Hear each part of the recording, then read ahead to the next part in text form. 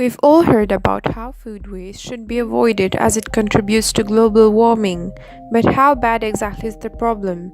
In Canada, only 40% of the food produced is wasted. You might as well throw away 1 in 4 grocery bags after shopping, and almost 50% of that food waste comes from consumers. Canada, being part of the United Nations, has decided to take a step forward to solving that problem by adopting the Sustainable Development Goals. Also, companies like Waste Not Farms, Worm Power, and Kathy's Crawley Composters have found a solution to the problem, which is simply worms. These little creatures have the power to munch away most of this food waste into a valuable product which can be used to boost soil fertility. So, what is that product exactly? By using special composting worms, food waste and other organic materials can be turned into a nutrient-rich, high-quality compost in a worm bed called vermicompost. This product can be harvested and packed to be stored for at least 3 months. Vermicompost can be manufactured in different setups indoors in worm beds, which can also include temperature and humidity control. One example is the flow-through system, costing 8,000 Canadian dollars, and the worms can be bought in bulk from places like Kathy's Crawley Composters. It's also important to identify the potential markets for vermicompost, but before that, the proposed location is Saskachewan. Why there?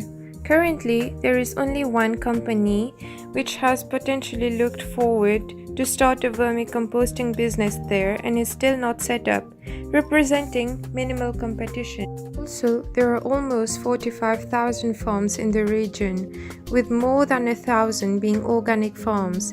This presents a market opportunity for vermicompost to be sold in bulk to organic farmers and possibly other farms. Vermicompost can equally be sold to garden centers. In 2009, a company called TerraCycle made huge profits by selling worm compost fertilizer liquid at Home Depot and Walmart, but is no longer producing that product, leaving a possible market opportunity for vermicompost. Its benefits are: it will provide employment opportunities in its phases of production, which involves collecting local food waste, processing, which includes manufacturing it and packaging it, and post-processing, which involves marketing the product.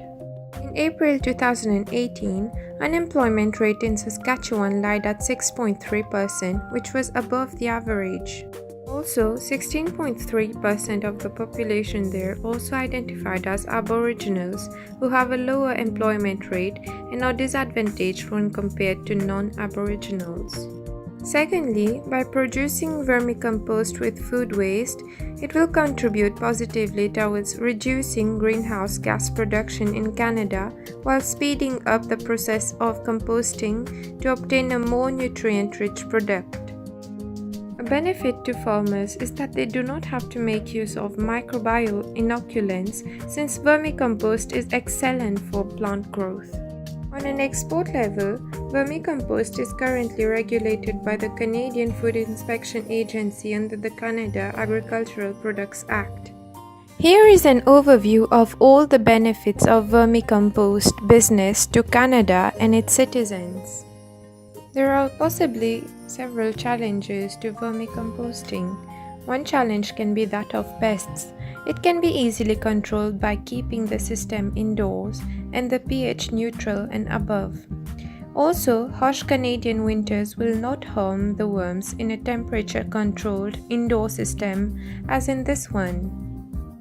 For the pricing, according to the company Kathy's Crawley Composters, 1 liter of vermicompost is sold at $4 and 2 liters at $7.5. A selling in bulk option is equally available at $2.5 per liter as from 10 liters. Considering previous companies in the business and all the market opportunities, it is safe to recommend vermicomposting as a business idea in Saskatchewan. It is best to start with a single worm bed unit and expand from that point, since it is also an initial learning experience for unskilled workers who will come across challenges like pests, which can be easily managed. For further reading, here are a few links. Here's a list of my references.